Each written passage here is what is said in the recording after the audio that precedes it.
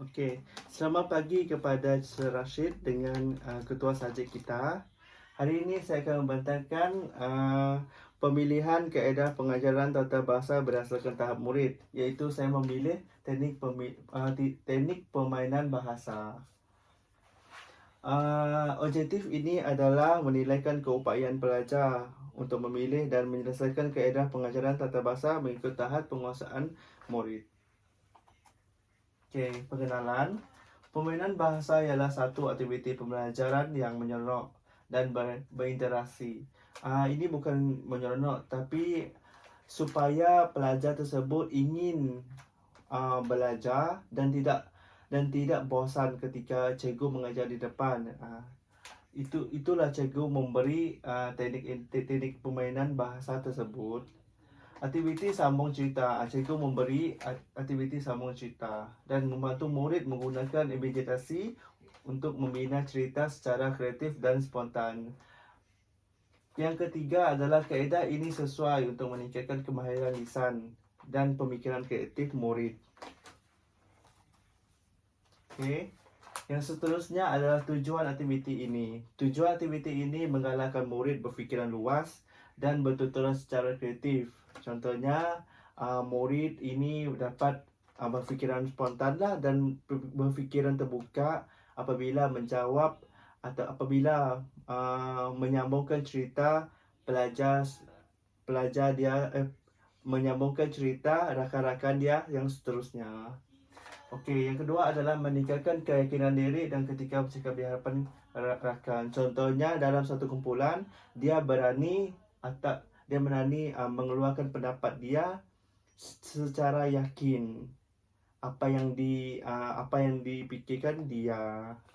Itu adalah meningkatkan keyakinan diri lah terhadap rakan-rakan dia.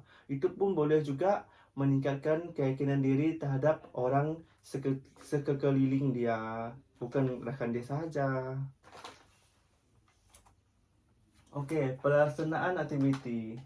Yang pertama, guru memberikan satu ayat permulaan. Contohnya satu ayat permulaan ini kepada setiap kumpulan. Contohnya cikgu memberi 3 tema untuk setiap kumpulan. Tema pertama adalah kehidupan seharian. Tema ketiga adalah sekolah atau keluarga.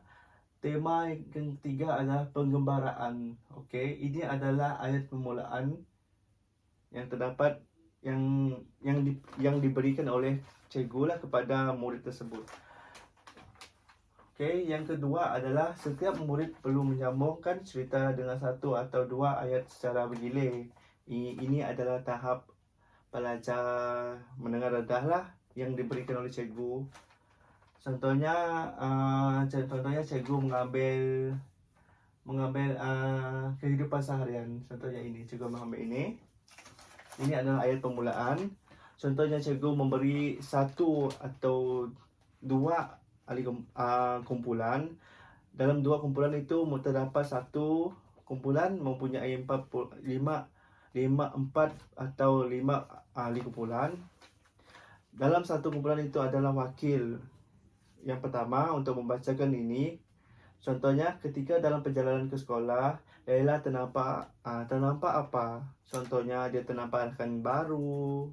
Lepas itu yang ketiga adalah pelajar ketiga adalah menampak rakan baru yang sedang berjalan dengan kawan lamanya. Contoh.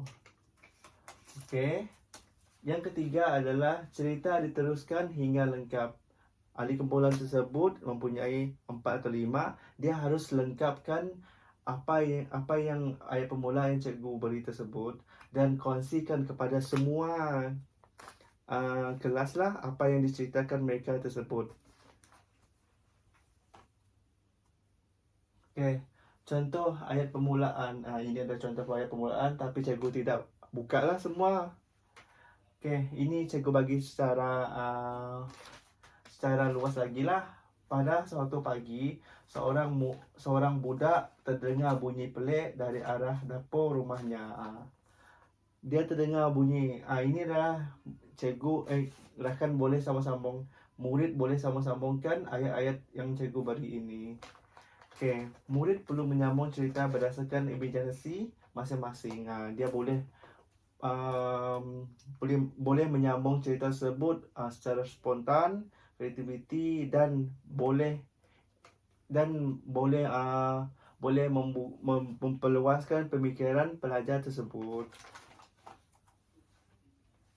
Okey, kelebihan teknik ini adalah yang pertama, menarik minat murid untuk belajar bahasa Melayu. Bukan sahaja bahasa Melayu tetapi bahasa subjek-subjek lain pun boleh juga menggunakan teknik ini.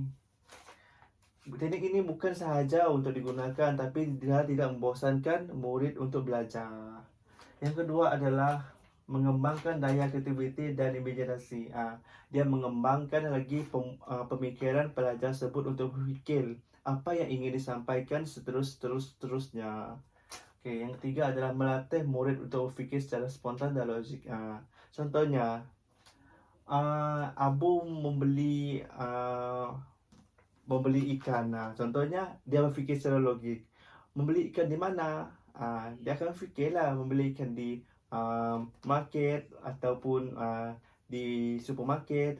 Contoh begitulah, itu adalah secara logik dan spontan.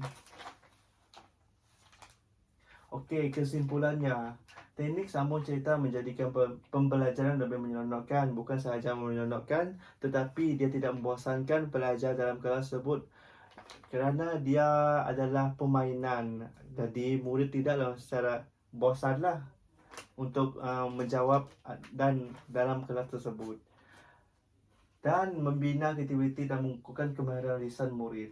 Ia juga membantu murid berfikir secara kritikal serta meningkatkan keyakinan dan kerjasama antara rakan-rakan. Okey, itu saja pembentangan dari saya. Sekian, terima kasih.